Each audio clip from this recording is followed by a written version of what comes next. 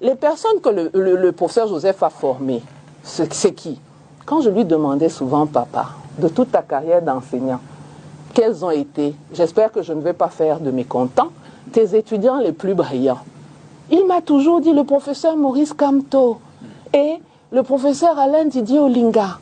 Donc, ça veut quand même dire, et le professeur Kamto lui a rendu un vibrant hommage en reconnaissant qu'elle avait été son apport. Est-ce que vous avez évoqué ce nom? Il reste tout au moins autour d'une formule très célèbre.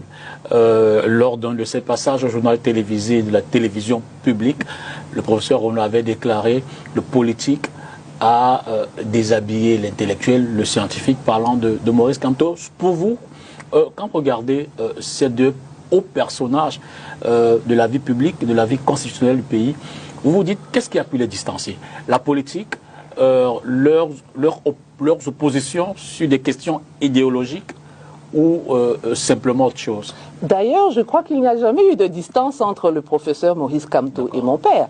Cette émission, j'y étais, puisque vous le savez, j'ai été le backup de la vie politique de mon père ces 20 dernières années. Il a dit exactement, le politicien a déshabillé l'agrégé, pour exprimer l'idée que le professeur Maurice Kamto, qui est un jurisconsulte réputé, qui était son étudiant, et qui, je le répète encore, a reconnu dans un vibrant hommage qu'elle a été l'apport de mon père à sa vie.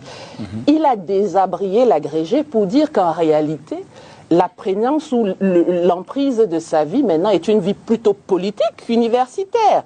Donc c'était un propos de circonstance et qui a complètement été peut-être déformé, mais que la réalité a démenti, puisque mon père malheureusement nous a quittés et que l'un des premiers à lui rendre hommage a été le professeur Maurice Kamto.